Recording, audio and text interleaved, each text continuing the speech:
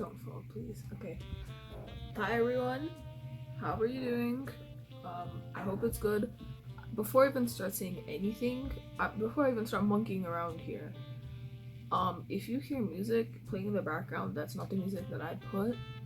Don't worry about it.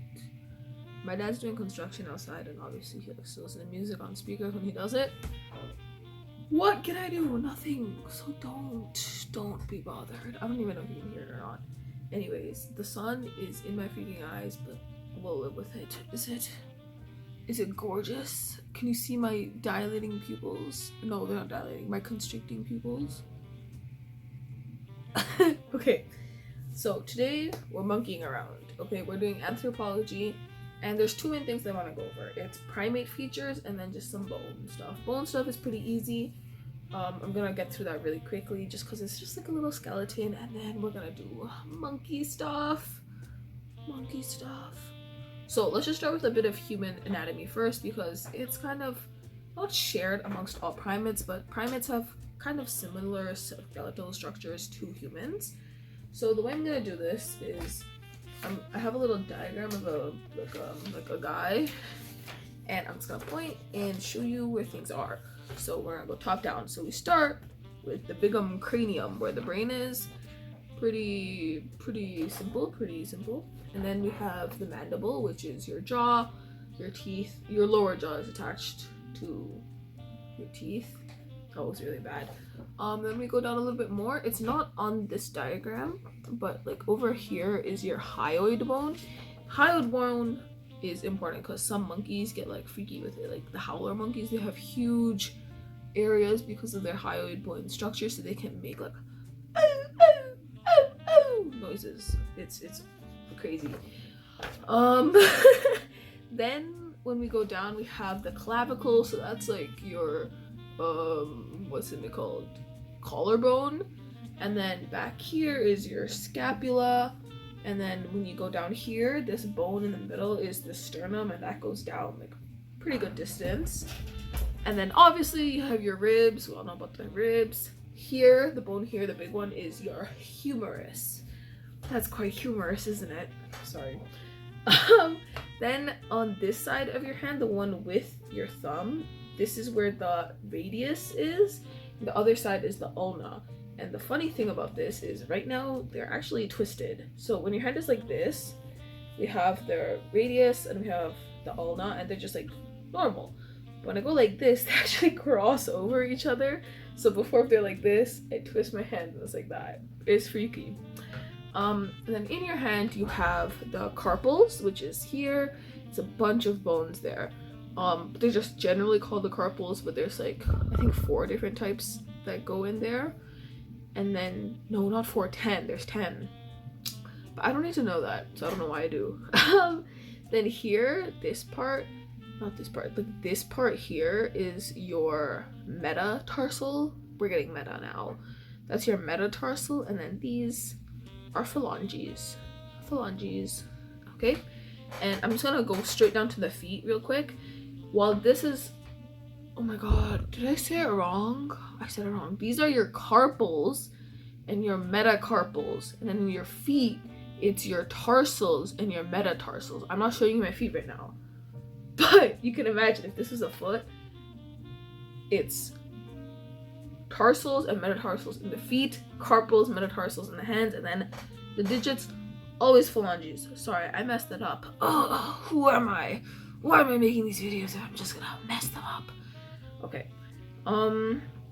Then I have you have your pelvis, and an important thing to remember about the pelvis is that it's like extremely sexually dimorphic, which means that males and females, especially in humans, have very different pelvises just because of the way that women give birth. They need like a more large opening, and like the tilt is different. And then under your pelvis is your sacrum, and that connects to your coccyx. And what the coccyx is just like a little bone in the back where the tail used to be. So it's like a vestigial structure, because we don't have tails no more, right? Vestigial structure. And then After that, when you get to like this part of the leg, that's your femur, and then you have your kneecap, which is your patella.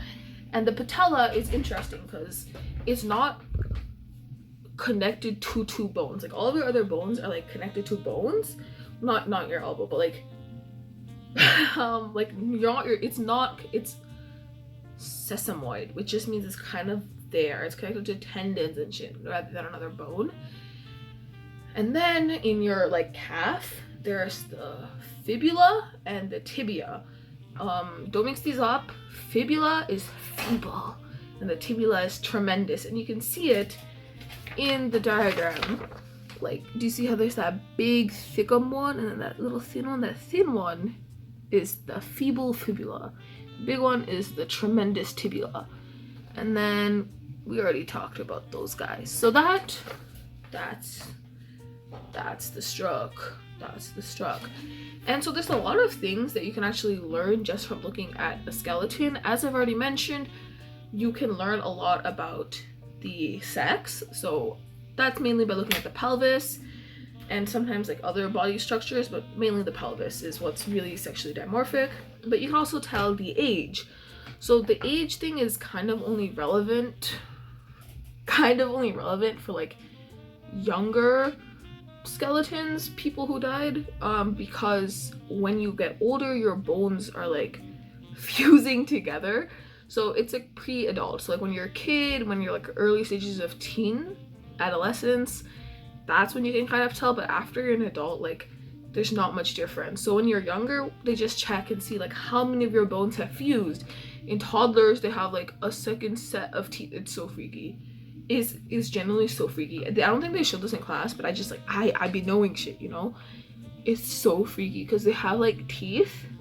They have another layer of teeth here. Oh my god. Because like where else do the teeth come from? They don't just grow, right? Give me a sec.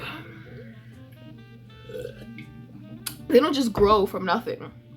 So that's crazy. So they can tell the age by just like seeing the fusion of the bones. And then for an older person, they look, rather than the fusion, at the deterioration of the bone, how deteriorated they are, I guess.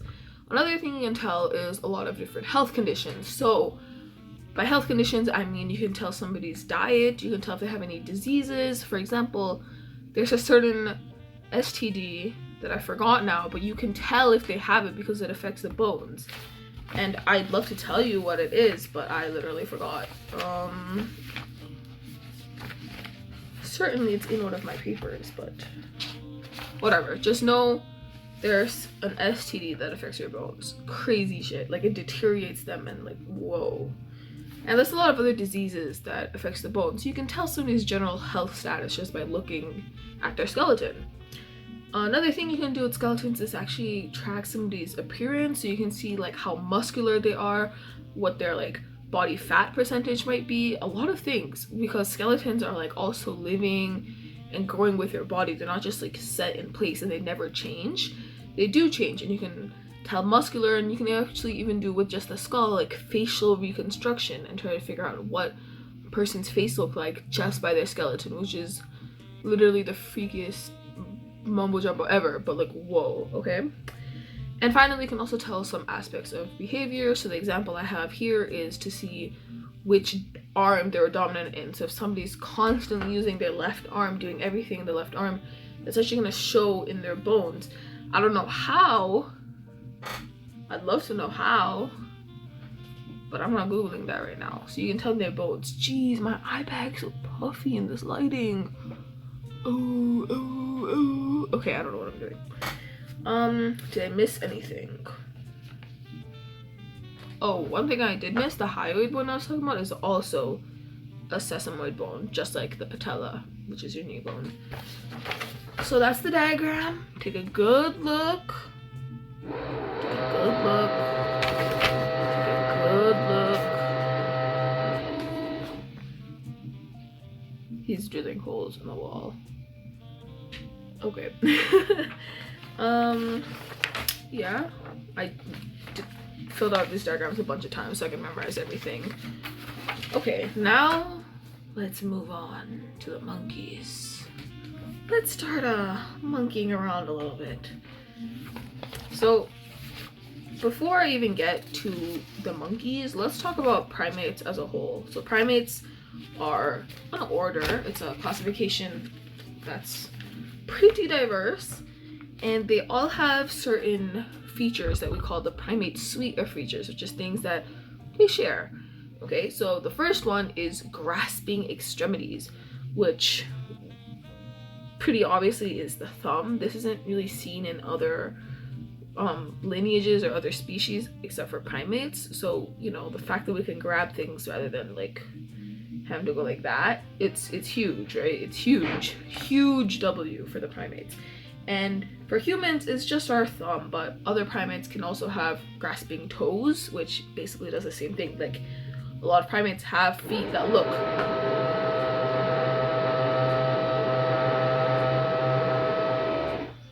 like hands. Is he on the ladder again?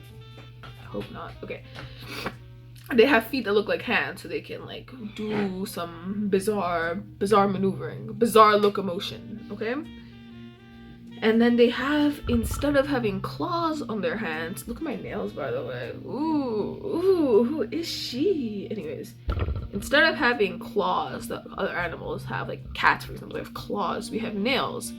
Now, I wanted to ask my professor, why do we have nails? Like, why do we just have nothing there? But it's probably just a vestigial trait. I didn't bother asking because I didn't have time.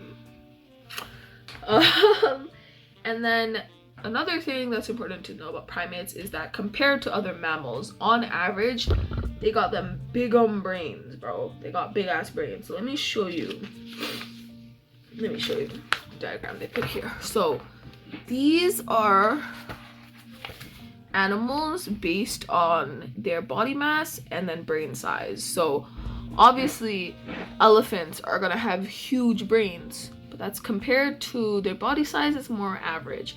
So you can see everyone kind of follows a pretty like linear distribution of size to brain size, except for primates, which are like kind of above. And then there's that, which I want to check now and see what that is.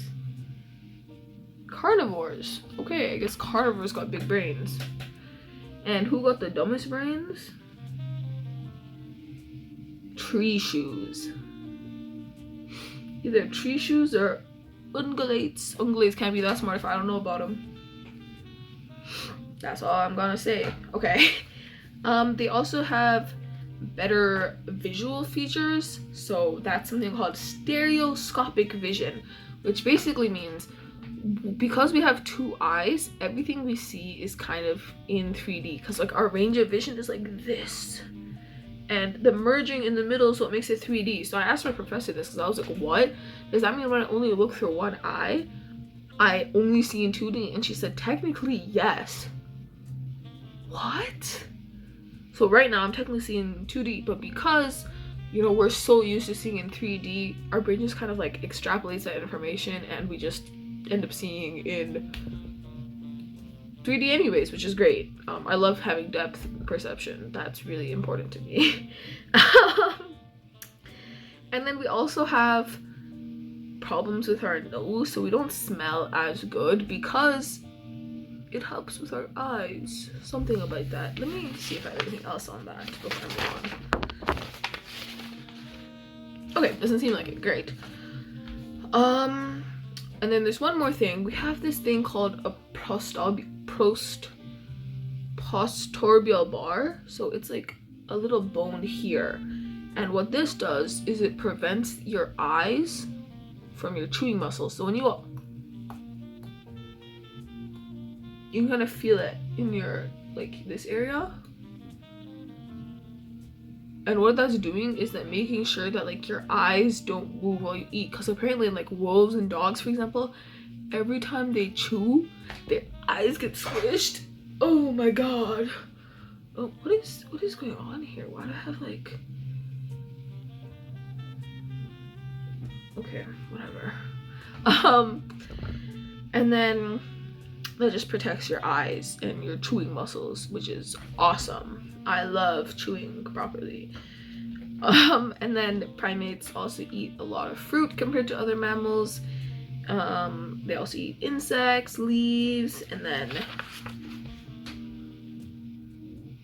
and it says here that a lot of primates and primatologists say that fruits evolved with primates because, you know, monkey eat delicious apple, then monkey poop out delicious apple seeds, delicious apple tree grows, right? Like, fruits are there to be eaten, they want to be eaten. That's the whole point of a fruit, and primates eat a lot of fruits, so it's great for them. It's great for fruits.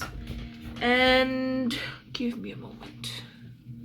Eat a lot of fruits, which is great. You guys didn't even notice that cut. Y'all didn't even notice that cut. And then a lot of primates are aerobial, which means they live in tropical forests, again forests with these fruiting trees, and they're generally equatorial, which means they live near the equator, in the tropics near the equator. And another thing that's important is their life history events. So that is the gestation period, which is like how long the mother is pregnant for. So like that's the stage of life. Just like being in the mother's womb for primates is a very long period compared to other mammals.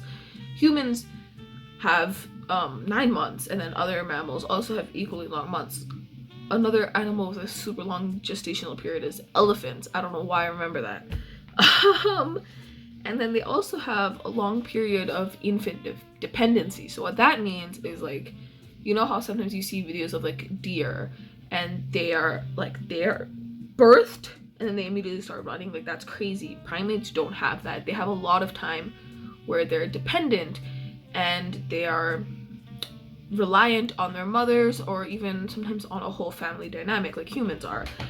And what that leads to is primates having a lot of investment in 1 or 2 offspring rather than having a huge group. So if you think of like mice, for example, they have like lots and lots and lots of offspring at the same time, which means that the price or like the value that they're putting into just 1 offspring is not as high.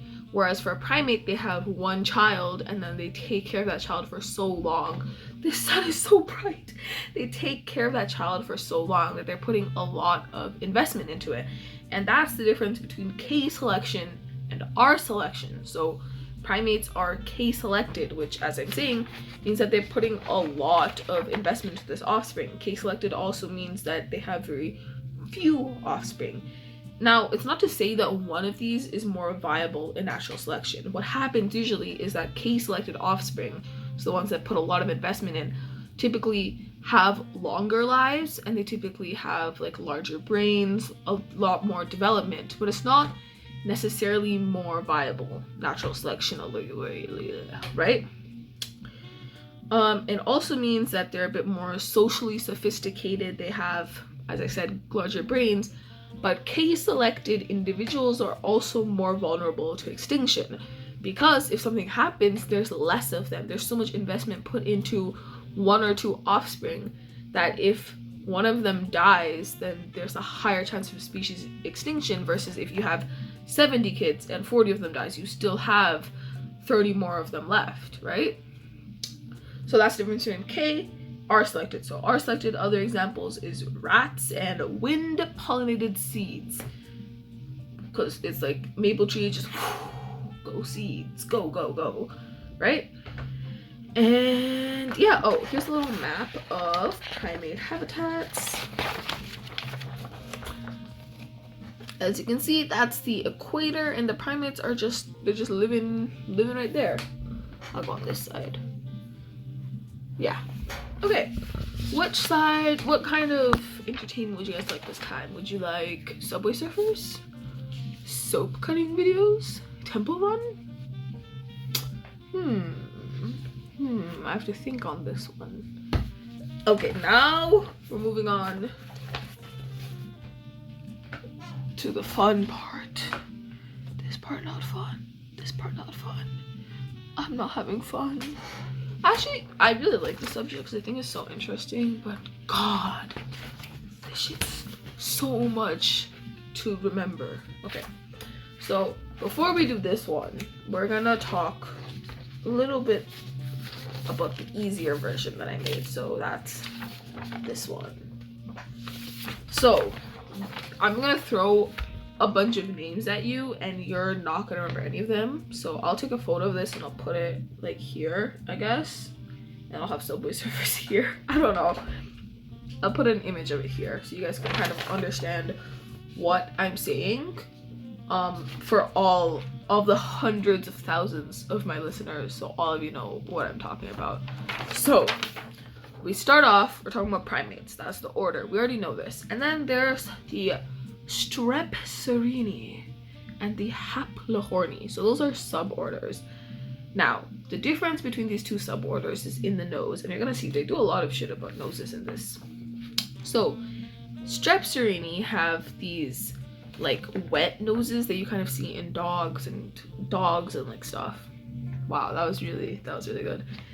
So they have like comma-shaped nostrils, and their mouth and their nose are connected. They don't have this bridge here, so I can't really like manipulate my face into I can't do it. But like imagine like a dog's nose. You know how it's like all connected?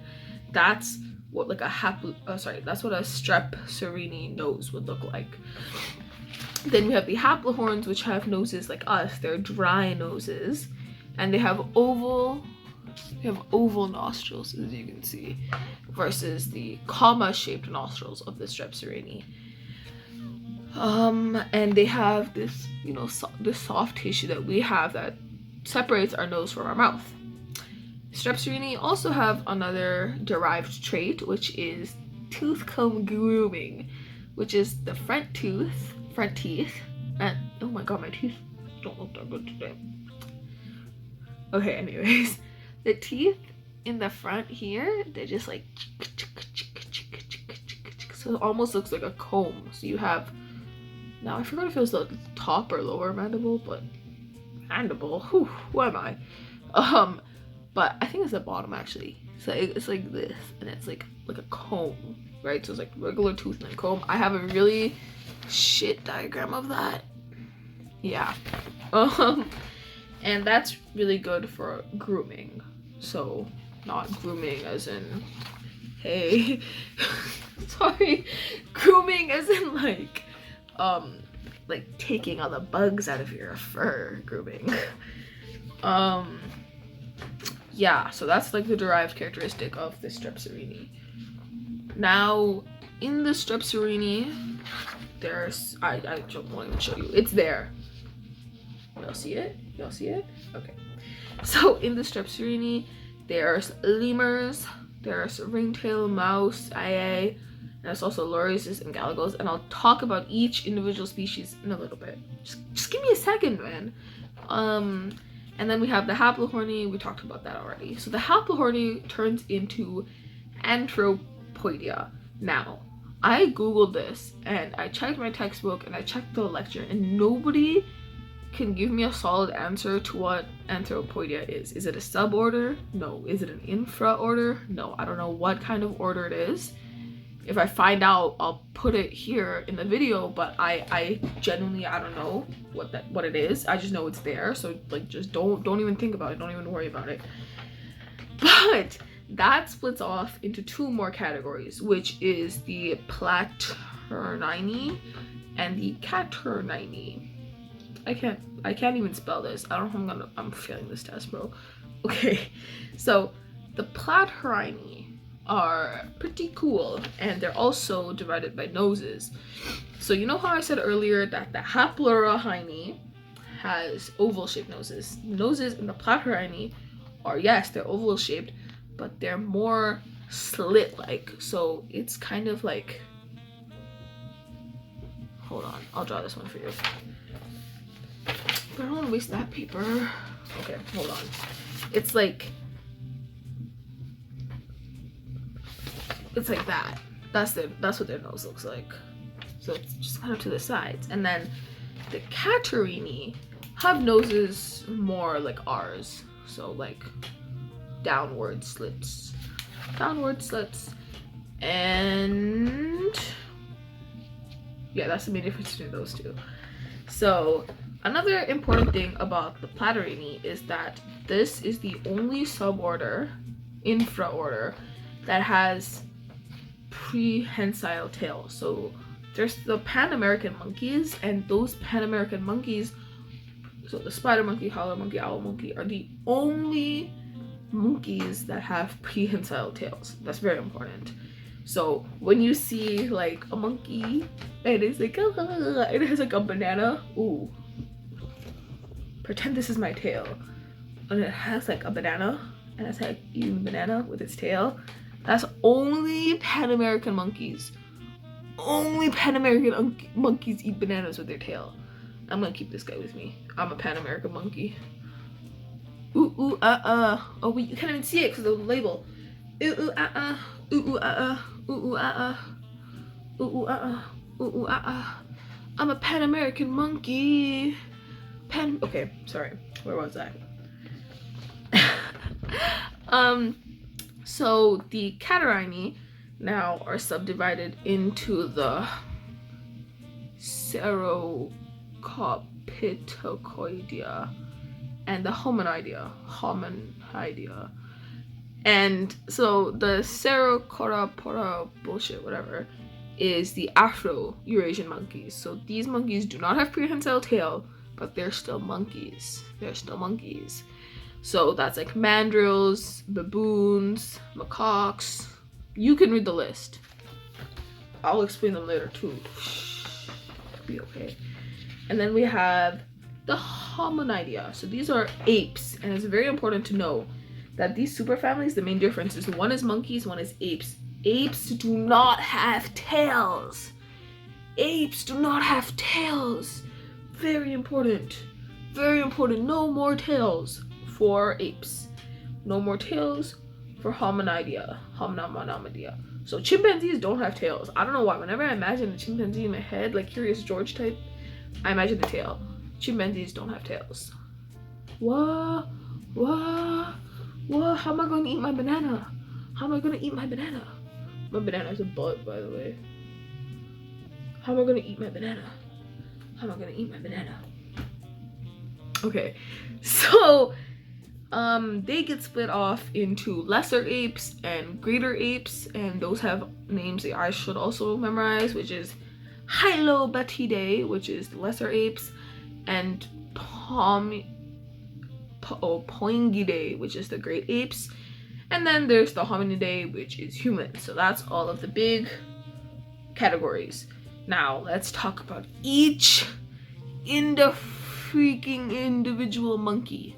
So for this one, I guess I'll put my beautiful diagram up, but actually I don't even know if you guys can, because if it's here like this, holy, you guys are not reading that.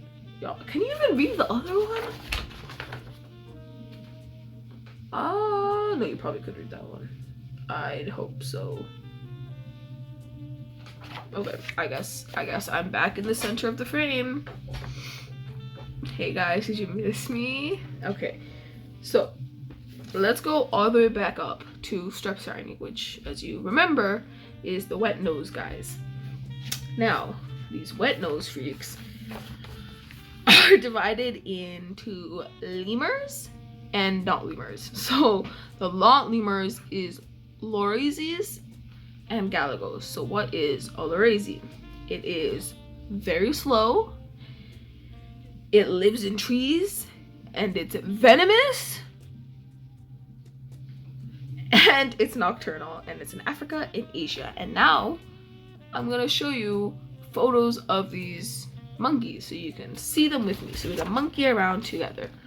So this is a lorses. Yo, I didn't know what the hell I typed. Yo, it showed me like burgers and pies and shit. What? Okay, yeah, let me show you these freaky ass monkeys, bro. How do I do that? I'll flip my camera. I can't do the end of the video. Okay, I'm gonna end the video, guys. Wow, production value on these videos actually goes crazy. It goes crazy. So this is Lorise's monkey. As you can see, they have these big ass eyes. Pretty cool, pretty cool. They're super slow, they live in trees, they're nocturnal, which is why they have these, like, I should come close to the mic so you can hear me better. Which is why they have these, like, big ass eyes, so they can capture more light, which is awesome. And they live in Africa and Asia. There's also this monkey called the Poto, which you can see here, is also in this kind of subgroup. These are also nocturnal, and the funny thing about this is that the strat for these guys to avoid predation is to just be like really freaking slow. Like, they're so slow that predators don't even notice them, which is cool. That's pretty cool. And then we have the galagos. I'll search that up for you. Galagos. Yeah, yo, production value is crazy on this, bro. Yeah, Galago bush baby. So these are lesser bush babies. I don't know who the greater bush babies are, but these are lesser bush babies. They're vertical clingers, and they leap from tree to tree to tree, and they're also nocturnal. And they have the opposite predation strategy of the pottles, where they're actually just fast as hell. Like, they're super duper fast. And I'm gonna search up what a greater bush baby is.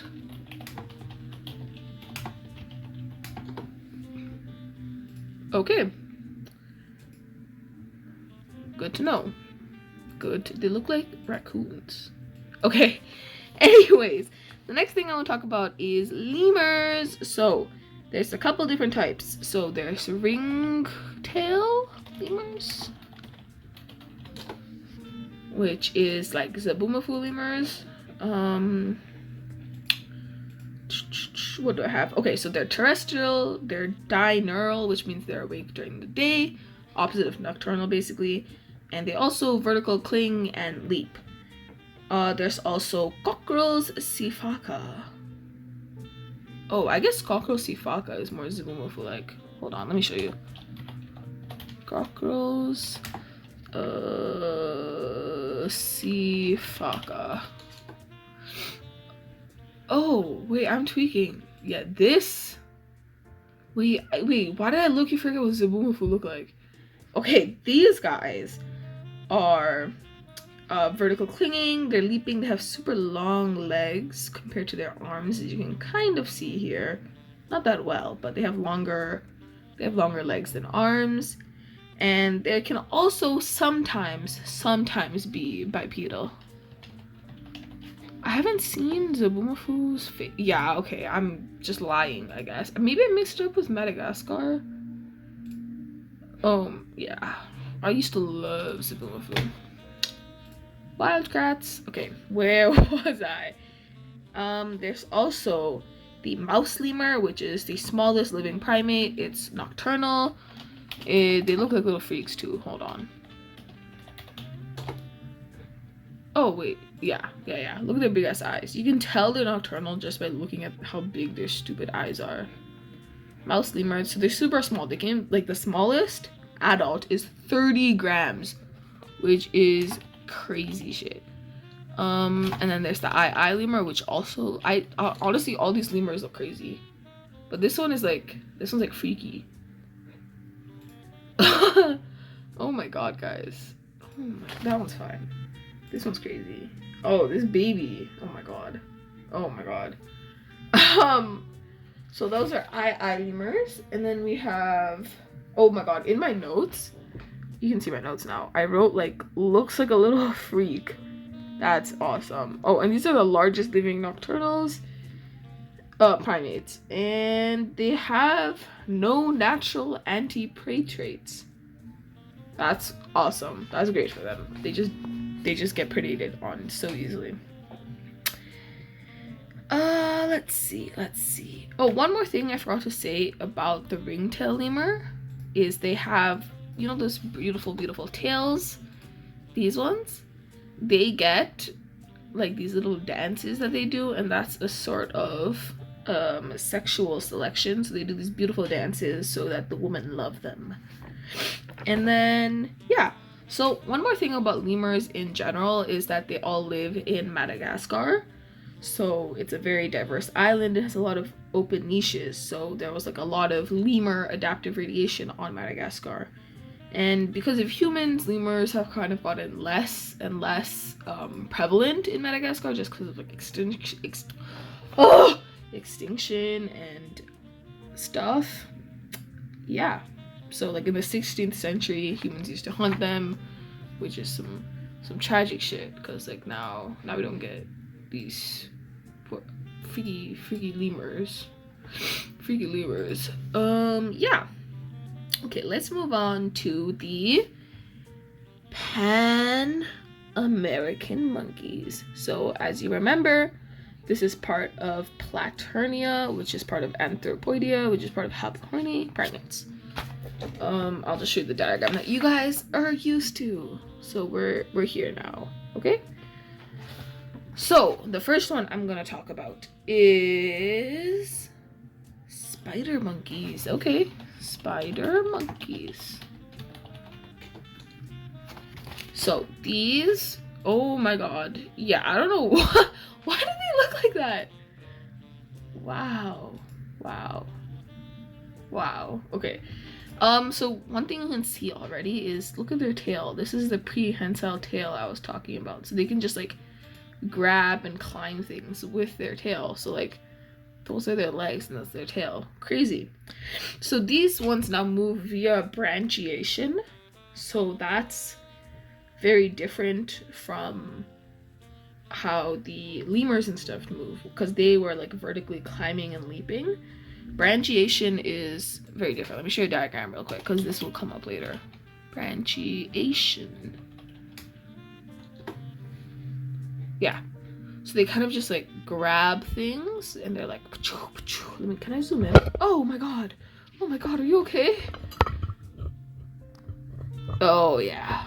So that's like branchiation. So they like kind of freaking like jumping around. Yeah, it's not that crazy.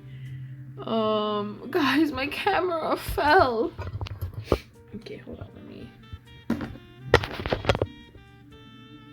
Okay, you're good now. Oh, please don't fall. Oh my god, I'll be back. Hey guys, is it okay now? Okay, welcome back. Let's see. So they move via branchiation, which is pretty cool stuff. They're like leaping and stuff. Let me actually show you a video. These are humans branching. You know what? No, you guys don't need to see a video. It's fine. So, in the other, sorry, I completely lost my train of thought. In the other Pan-American monkeys, there's howler monkeys and owl monkeys, and we don't really need to, I don't have anything like super special about them, but I'll show you what they look like, just because I'm sure you're super curious. What is going on? Okay, I wrote howler honky instead of monkey, and I guess that makes all the difference.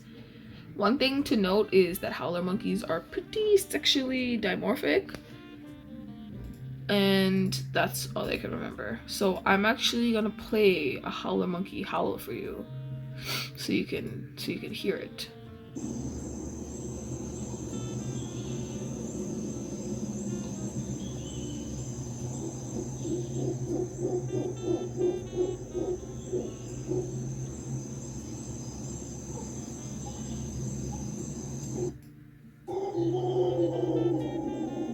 Yeah, that's crazy.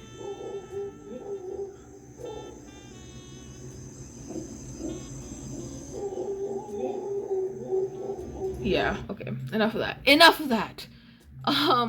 So howler monkeys do a lot of calling, and then owl monkeys, let me show you.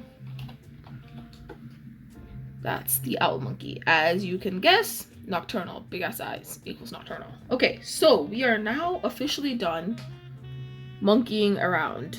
Officially monkeying around is done. Wait, am I lying? Oh my god, I'm completely lying. We're not done monkeying around. We're not even close to done monkeying around, because now we have to do Afro-Eurasian monkeys, which I have over here. So In the Afro-Eurasian monkeys, remember, no prehensile tail. I've said this enough times. Thea, I understand. So the first one I'm going to gap about real quick is a mandrill. It's a pretty funny looking monkey. I honestly don't know what else to say about this. It has rainbow butts. Like, that's literally what I wrote on here too. Rainbow butts. I wrote butts with an O. Okay. And they're very sexually dimorphic, as I'm sure you can imagine. Only the males have these beautiful rainbow asses. Let me show you a female. That's just like a regular monkey. Aw, cute monkey. Freak of nature, bro. Oh, regular monkey. I have no words to say. That's all I have no words to say. There's also colobus monkeys, baboons, which are very broadly distributed. There's baboons everywhere. Sorry, I know I skipped over the Columbus monkeys. It's just kind of not important to me. This is a baboon. Freaky. Again, naked butt. I'll show you the Columbus monkey, because I heard all of you crying. I heard all of y'all with your favorite monkey being the Columbus monkey complaining. I mean, it's nice looking. Cool monkey. Okay. We also have proboscis monkey, and my teacher literally said that she only included this because their noses look like dicks. Proboscis monkey. So what I'm understanding here is that the Afro-Eurasian monkeys all look kind of freaky. Like, they all have some freaky characteristics to them. Yeah, my professor was literally giggling the whole time. She was like, they have oh goody, they have freaky noses and they're doing freaky stuff. Yeah, so that's the proboscis monkey. And then the macaque. The macaque is kind of special because it's the most widely distributed monkey around, so it's also in Asia and stuff. So that's cool. It's the only monkey that's still found in Asia. They're in kind of like somewhat colder climates. And yeah, so that now we are done monkeying around. Let's talk about some apes. Let's talk about some apes. So if we go back to my beautiful chart over here, we have the gibbons and the siamongs. So let's talk about gibbons, which are pretty special actually, because gibbons are the only monogamous monkey. Who is this lady? What? I know it's not a monkey. They're not monkeys. Anyways, they're very sexually dimorphic, as you can see. But not always. I don't think they're always sexually dimorphic. But anyways, the cool thing about gibbons is that they're monogamous, which is very rare across the entire animal kingdom. That means they find one partner and they stick with that partner basically for life. Again, super rare in the animal kingdom. Humans are also typically monogamous. However, they evolved completely separately. They're not in the same lineage, as you can see. Like, they're far away enough that it's just an independent evolution, because gibbons are monogamous, but then these guys are not, and humans are. So it's not like, yeah, it doesn't work clock out like that. But like, just know that they're monogamous. That's one of the only things I remembered from that lecture. And so that's like an analogous trait with humans. Now, we also have the freaking siamangs. I don't have much written on this at all. I barely wrote shit about a siamang. I just know it has a good voice. Okay. Oh, and they also branchiate. So you can kind of look at them and tell that they branchiate. Look at those huge arms. Those are branchiating arms. Alright. Okay. Let's go to the great apes. So, we have the orangutans, which we're all decently familiar with. Orangutans are pretty cool because they walk on their fists. And one thing that makes them pretty different from other apes is that they're very solitary. They don't really... Wow, that actually looks kind of creepy. They don't... Wow. Wow. They don't, they're not really in groups and stuff, like, except for mothers and their child. That's the only kind of group that you'll see in orangutans. They're very solitary. Very solitary. And usually it's just either a sole male or a female and, like, spawn. And one other thing that's very important to know is that they're extremely sexually dimorphic. So you can kind of tell here. So this is, like, the female, and she doesn't have this, like, cheek pouch. Big cheek pouch. And yeah, so that's orangutans. Then let's go back and talk about some gorillas. Wow, what a chad. Also very sexually dimorphic. And one cool thing about gorillas is that females have been known to use tools. So in the primate verse, we kind of think gorillas are like the big stupid ones, but actually the females use tools sometimes to get things, to locomate. Like, once my professor was talking about this, like, female, how she was on, like, the edge of this river and she was, like, fishing with, like, a stick, which is really, really fascinating stuff. And yeah, they have pretty low quality diets. They don't eat, like, super high quality food. So, like, frogs, I think. What is that? Lettuce? I don't know.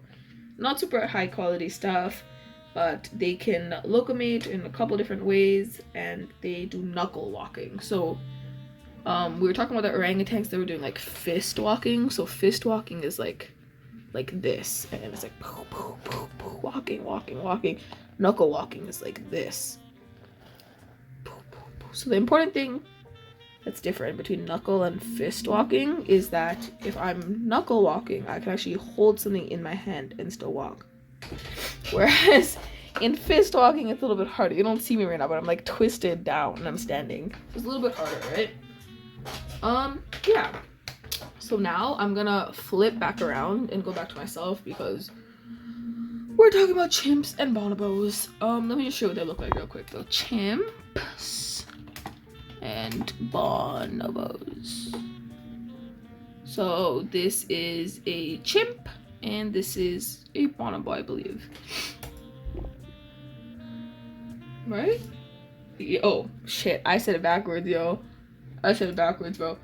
This is a bonobo, and this is a chimp. I said it backwards. Bonobo, chimp.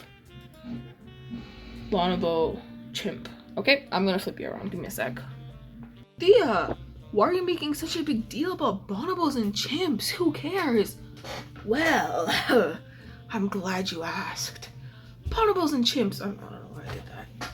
So, the thing with bonobos and chimps is that both of them are used as kind of a mechanism to look at human evolution. So obviously, as an anthropology class, we're very interested in why is the light on my chin? Oh my god. We're very interested in trying to see, like, what's the closest to us so we can kind of look at human evolution and how we co-evolved with other primates. So chimps and bonobos have both been proposed as very good mechanisms, and there's differences in the two of them, and there's enough differences that there's, like, significant argument in, is a bonobo a better one, or is a chimpanzee a better one, or is a baboon a better one? Remember baboons? Remember baboons? Do you remember baboons? But baboons are kind of less prevalent in this argument, so let's talk about them first. So, first of all, in terms of the taxa, they're kind of far away from humans, right? Because, like, chimps and bonobos are, like, right there, and then baboons are a little bit farther away. So if we go back to here, there's chimps, there's bonobos, and then there's baboons all the way over here, super far away. So that's kind of like an older thought. So super early studies done on baboons saw that they have very rigid male dominance hierarchies and like super violent confrontations between males. Like they were territorial. They were kind of like, oh, let's fight. And these studies were obviously done by men. So like it kind of led to this narrative of like male dominated hierarchies and a lot of male competition rather than like female choice. And the reason that they were used as models originally is because they lived in environments very similar to where ancestral humans lived, so in very open environments, as opposed to the other two, which live in very closed tropical environments. So humans are assumed to live in savannas, which is very similar to where baboons live, which is why baboons were even proposed in the first place. More recent work on baboons, by women actually, is that they're pretty good at friendship and baboon society. So the friendship is not really like Mr. Baboon and his bros, it's more like baboon and his possible like mate. They're not monogamous again, so it's kind of like whoever, but they form decent friendships, male-female. Males are too competitive, females can also form friendships, and that's a very important thing because it shows like a sense of community. So we can see that protective or friendly males help the females. So if the females are getting like attacked or something, the males are there to protect them. And it's basically just saying that female choice might be as important as male-male competition, which is contrary to what the first studies on baboons showed, which is super cool. Yeah, so that's baboons as models, but that's not really where the argument lies anymore. Nowadays, people are thinking about chimpanzees and bonobos. So first, let's talk about just some traits of these two in general before we talk about the human model reconstruction. Whew, I don't know why I'm out of breath. It's because I'm yapping so much. I'm like, I know you guys can hear me breathing. Don't even point it out. Don't even point it out. I'm gonna be so mad if I hear y'all talking about some why is Bo breathing so much? I know I am. Oh, I'm gonna go get some water. I'll be back. Okay, got some nice cold water. I feel a lot better. Yay, we're almost done. I don't know how long this video is because I've cut it so many times, but we're reaching the end. Oh, that water is crisp, watery, cold. Whew. Okay, so chimpanzees, aka pan-troglodytes, whatever the hell that means, are pretty good models, and they're what we've been researching for a long time. Like the bonobos are a more recent idea. Chimpanzees have kind of been the standard for a very long time, and like a lot of experiments and things like that have been done on chimpanzees versus on baboons. Wow, my camera makes my skin look so smooth. Do I have a filter or something on? Whoa, I'm like glistening and shit. Ooh, damn. My acne's actually been pretty good this week though. Oh damn. Who is that? Who is she? Okay. But the problem with chimpanzees is that they're pretty territorial. There are literal, and this sounds fake, there's chimp wars. There's chimpanzee wars because they're so territorial. They have in-groups and they're friends in their in-groups, so they have war over territories. That's actually honestly pretty accurate to humans. Oh, I didn't say that. I don't know who said that. They also have pretty male-dominated groups. It's very hierarchical. Never mind. They have male-dominated groups, and they have pretty aggressive interactions. And they're also generally knuckle walking. They're occasionally bipedal when they carry things, and they live in environments pretty similar to humans. They also eat monkeys, which is crazy. They hunt, the males group together in bands and they hunt monkeys. That's crazy shit. That's crazy shit. They hunt monkeys. And so now, one thing about both of them that's really interesting about bonobos and chimpanzees. No, wait, let me go back a second. Bonobos are a little bit less aggressive. They are not necessarily like male-centered groups. They have female-centered groups as well. And also, they get freaky. I'm not even joking. They use sex as a mean of reconciliation, as a mean of forming friendships. Like my professor showed us this image of bonobos getting down with it, and we were like, wow, interesting. And then she was like, and they're lesbians. There's lesbian bonobos getting down with it. What is going on? What is going on in this animal kingdom? Anyways, that's pretty funny. So they use sex as a mean of reconciliation. It's not strictly heterosexual, and it's used for alliances. And cool thing about both of them is that they both share food, but in different ways. So the way bonobos share food is they share a lot. They share like anything. So like, because they live in very like resource rich environments where food is like pretty readily available, they're kind of like, hey guys, let's all share. They're like a very like make love not war versus make war chimpanzees, right? So they share a lot of food, which is great, and it's also easier for them to share food because they live in like, what the hell? Because they live in like food. Whoa. Okay, because they live in food-rich environments, so it's not that hard for them to share food. Whereas chimpanzees live in environments with not that much food availability, meaning that they often don't share food unless, and there's one specific instance where they share meat, which is like super valuable. Like meat is so nutritious. It's full of so much good protein, fat, etc. That's like top tier food for chimpanzees. They only share that when they want to form alliances with other males. So they use it as a bargaining tool. They're like, hey, want to be allies? I'll give you some monkey meat.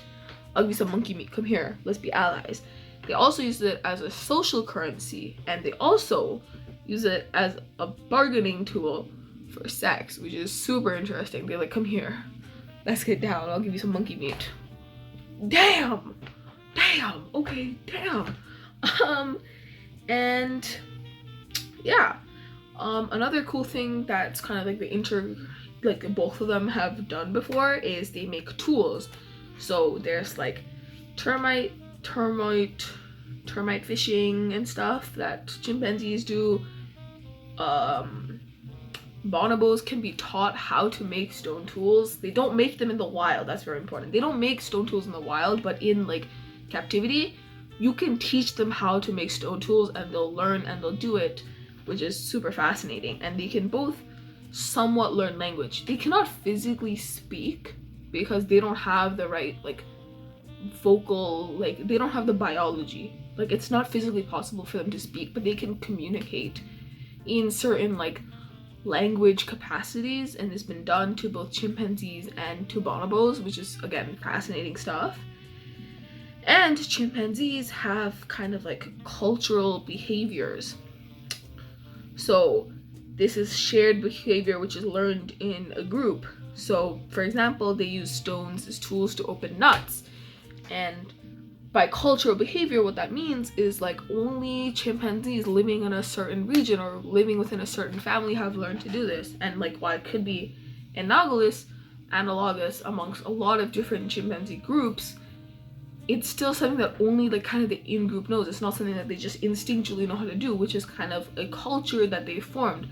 This is the culture of cracking my nuts open with stones, right? It's a cultural thing. Yeah.